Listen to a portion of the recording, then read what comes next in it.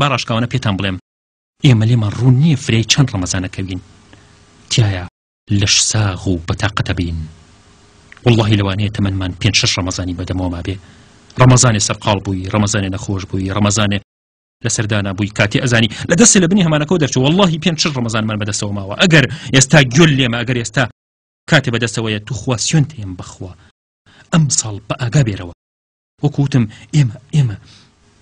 ئێمە نازانین چەند ڕەمەزانەژین باشە ئەوە ڕەمەزانە ئەوش پاداشتەکەیت باشە هەر کەسێ بەڕۆژوو بێ ئەم پاداشتی نانانە دەستی ناکەوێ ئەوانەی هەر سکیان بەڕۆژووە دوای ئەوەی جۆری پاداشەکانمان باس کرد دوو جۆر لە ڕۆژوو هەیە باسێکین یەکێ سکی سەلامەتە یعنی چی بەس ئەوەیە نان و ئاو ناخواتەوە ئیتر هیچ پەیوەندیەکی تری نییە بە ڕەمەزانەوە ئایا ئەوە ئەگا بە پلەی ئازادبوون لە ئاگر بەداخەڵە مەحاڵە ئەی چی ئیمان و احتیسابن لەکوێیە فەلەستەجیبوو کوا هەیە ئەمانەی نییە و بەڕۆژوویشە بەڕێزان پیانسەڵ ئەفەرمێت من لم يدع طعامه وشرابه من لم يدع قول الزور والعمل به فليس لله حاجة أن يدع طعامه وشرابه دروكا بختانك غيبتك يتر بيان بلن أو الروجة چ سودێکی هەیە کەواتە ئەو کەسێکی خراپە پێغەمبەر صلی الله عليه وسلم فەرمێ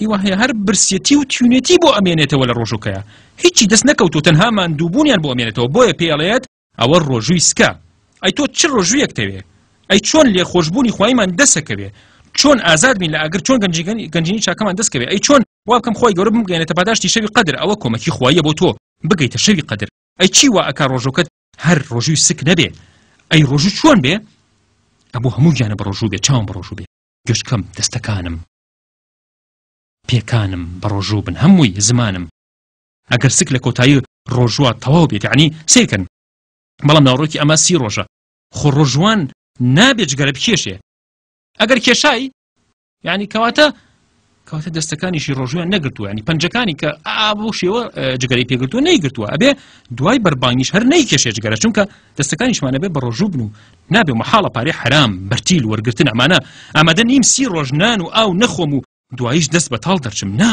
بەرزان مەبەستم لە مانە شەرعەکەی نییە بۆ جگەرە تا یەکێ نەڵە من دوای بەربانگ جگەرم کێشاوە کەواتە ڕۆژەکەم قبوڵ نەبووە یاخود لە کاتی ڕۆژوکەیە بێ و ڕۆژوم شکاونا من مفتی نیم تا فتوا بم بەڵکو من لایەکی ترەوە قسە لەسەری ئەم مەسەلەیەکەم ئەڵێم کێ ئازادبوونی ئەوێ لە ئاگر لێ خۆشبوونی خوای لە گوناهەکان مادام من 30 ڕۆژ نان و ئاو ناخۆم کەواتە ئەبێ چاوم بە ڕۆژوو بێت و سەیری دیمەنی خراپ نەکەم سەیری تەلەڤیزیۆن نەکەم شتی خراپ یعنی بەڵام بۆ بەرنامەی بە پێز و بەسوود نا ئەوانە باشە سەیری شتی حرامی پێ نەکەم چونکە بڕیارم داوە چاوم بە ڕۆژوو بێ گوێچکەم بە ڕۆژوو بێ زمانم بە ڕۆژوو بێ کاتێک کچێک تەلەفۆن بۆ کوڕێکە کە داوای کاری خراپی لێ ئەکا پێی بڵێ تکالی ئەەکەم واز بێنە من بە ڕۆژوم 27 ڕۆژە بە ڕۆژوو معقول نییە لە کۆتاییە خراپە ئەنجام بیت پێکانم بە ڕۆژوو ناچم بۆ شوێنی خراپ یعنی ئەمانە هەمووی ئەبێ بە ڕۆژوویە بڕاستی ئەبێ توش بڵێ من بە ڕۆژوو من زمانم بە ڕۆژوو نامەوێت پیانسان فەرمێت ئەگەر یەکێ لە ئێوە بە ڕۆژوو بوو با نەخوات و نەخواتەوە تووڕە نەبێ تاوان نەکا نامانەوێت دەنگ بەرزکاتەوە یان مجادلە بکە یا شەڕ بکە ئەگەر یەکێ قسەی پێوتی یان یەخەی گرتی ئەوە پێی بڵێ دوو جار بڵێ من بە ڕۆژووم دووجار من بە ڕۆژووم لەم بارەیەوە زانایان قسەیەکی جوانە نێڵێن بە دەنگی بەرز بیڵێ یان نزم ئەڵێن بۆیە دووجار تا جارێ یعنی هەو دووجار بە بەرز و جارێک تر بە نزم بێڵێ جارێ بۆ خۆی و جارێ بۆ بەرامبەرەکەی بێڵێ داوای لە بڕ نەکەم تاقەتم نییە بە ڕۆژووم ئاوا بڵێ توخوا خۆشەویستانم بە ئەم ساڵ ئاوا بە ڕۆژوو بین ئێمە خەڵکێکی نەمانەوێ بەرەوە هەشت بڕۆین ئەمانەوێ ئەم ساڵ ئازاد بین لە ئاگەر ئێمە بەرگەی ئەم ڕۆژگارە ناگرین ئێمە لە ڕۆژگارەکەین گوناهکردن ئاسان بووە زۆریشە فیتنە و بەڵا زۆرە بەڕێزان ئەم فرسەتە لە دەست مەدەن واللهی من لەبەر ئەوەی زۆرم خۆشەوێن ئەمانەتان پێڵێم واللهی زۆرم خۆشەوێن زۆر خەمی ئێوەمە ئەم ساڵ زۆر بەجددی بە ڕۆژوو بن بە هەموو لاشت بە ڕۆژوو بە تەنانە دڵیش جوانتر و جوانتر بێت دڵت پاک بێتەوە کەواتە خەڵکانێک هەن تەنها سکیان بە ڕۆژووە خۆ ئەوانەی ناوێ ئازاد یعنی ئەوانەیە بێ کە ئازاد بن لە ئاگر خەڵکانێک هەن هەموو لاشیان بە ڕۆژووە یعنی ئابە و جۆرە خەڵکێکی بۆ جۆرێ ئەگەر دڵیشان بخەنە پاڵی جوانتر و جوانترە بن ئەوەی دڵی بە ڕۆژوە دڵی بۆچی بە ڕۆژوە بۆچی بۆ هەموو شتێک کە خوا حرامی کردو یعنی غیری خوا سی ڕۆژی تەواو هیچی تر لە دڵیانی غیری خوای من 30 ڕۆژ بڵکی تۆم ئەزان یعنی چی 30 ڕۆژ دڵت بۆ خوا بە ڕۆژی بێ کە قسە کرد لەسەر خوا قسە بکەی ئەگەر بیری کردەوە بۆ خوا بیر بکاتەوە ئەگەر بێدەنگ بوو ئەوە بۆ خوا بێدەنگ ئەبێت وەرەگەر خوایە ئەژی ئەتوانی 30 ڕۆژ وابی مەبەسم لەوە نییە نەچی بۆ کارەکانت بەڵکو ئەبێ هەموو گیانت هەموو لێدانێک تڵت هەموو سرتە و ورتە و چرپەیەکت وابێت. چۆن ئەم سی ڕۆژە خوا لە خۆم ڕازیکەم بڵێ خوایە من هی تۆم، من مڵکی تۆم. بینیتان جۆرەکانی ڕۆژ و جۆری پاداشتەکانی چی ماوەتەوە دروشمێ بۆ خۆمان دیاری بکەین. ئەزان کاتێ پیان سەڵم بیویستایە کارێکی گەورە بکە هاوڵانی کۆ کردەوە و دروشمێکی دیاریە کرد. وای لێکردن یعنی بیر لە دروشمێ بکەنەوە، یعنی بیر لێ بکەنەوە پێ فەرمون ئەبێ پارێزگاری لێ بکەین. با دروشمێ بۆ خۆمان دیاری بکەین. چەند دروشمێکیان دروشمێکتان بۆ دیاری یەکەم هەر یەکە و دانەیەکم بۆ هەڵبژێرێ، یعنی وەلە ژوورەکە هەڵی واسێ لای خۆی هەڵیگرێ. سیرکەم بۆ نمونە شیعاری حەزرەتی موسا چی بوو؟ وعجلت إليك ربي لترضى، من بخيري هاتموت ولا تا راضي بيت. سيري شعاري حضرتي إبراهيم كان وقال إني ذاهب إلى ربي سيهدين.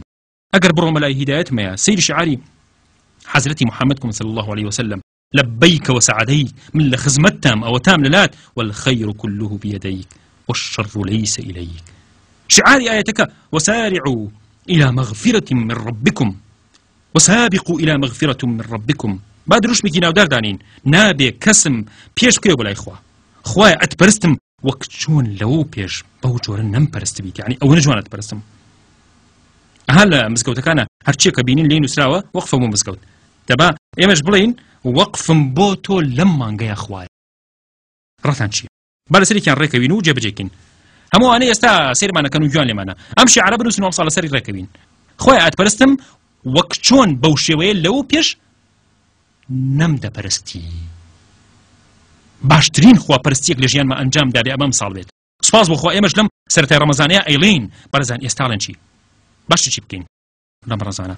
ئەوە پاداشی ڕەمەزان مەزانی و بە جددیەوە بە ڕۆژووە بین و شیعاریش بۆ خۆمان دیاریەکەین. ئێستا چی بکەین؟ با نەخشەیەدا بین. بیرتان نەچێ من بە ژمارە 6 ڕۆم 6 یعنی 6 پاداشتی ڕەمەزان باس کرد. ئێستا با جەدۆلە دانین. ئێستا با شتێکی زۆر جوان بکەین با هەمومان ڕێکەوین.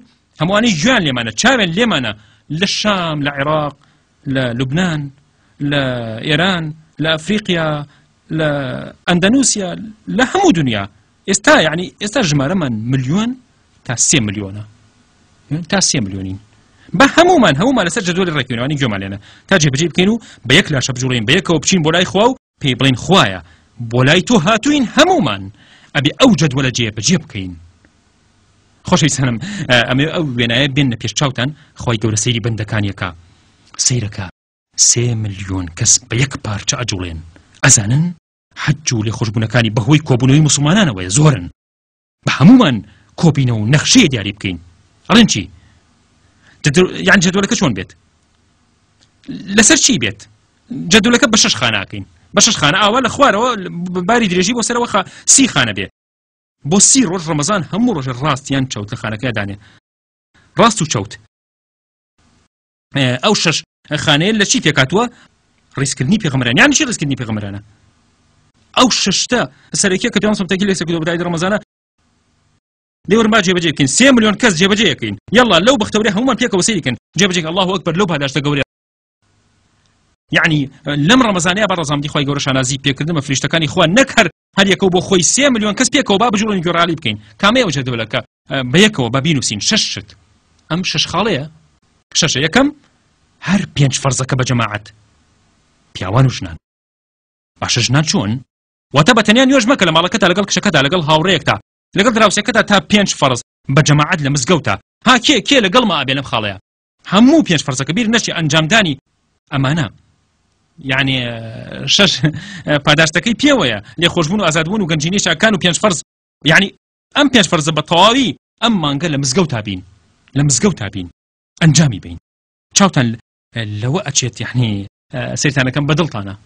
یعنی هەمووتان ئینشاء الله جێبەجێەکەین و کێبرکی لەسەرەکەین و خوای ئەڵێین وعدەیەم یەکەم 5 فەرزە لە مزگەوتە 30 ڕۆژ. ئەوە ئافرەتانی لە ماوەی ئەم مانگەیە عوزریان هەیە چی بکەن؟ یعنی ئەبێ ئەوانیش نیەتیان هێنابێ لەسەر کارەکە بۆ تەنووسری ئینشاء الله با پێکەوە یعنی با ئەوەش بێ الله لەو پاداشتە گەورەی کە خوای گەورە ئامادەی کردەوە بەندەکانی 3 ملیۆن کەس ئەمە بکە چی ڕوایات؟ چی ڕوایە؟ 5 فەرزە لە مزگەوتە ئەنجامی بیت. هەمووی بە چاکە بۆ تەنووسی ئینشاء الله. باشەمە. خاڵی دووەم خێرکردنی ڕۆژانە. پیامبەر سەڵام زۆر خێرکەر بوو لە ڕەمەزانە. زۆر زیاتری ئەکرد پیامبەر سەڵام زۆر لە ڕەشەبا خێراتر بوو. یعنی پیان سەڵام بۆ ئەنجامدانی خێر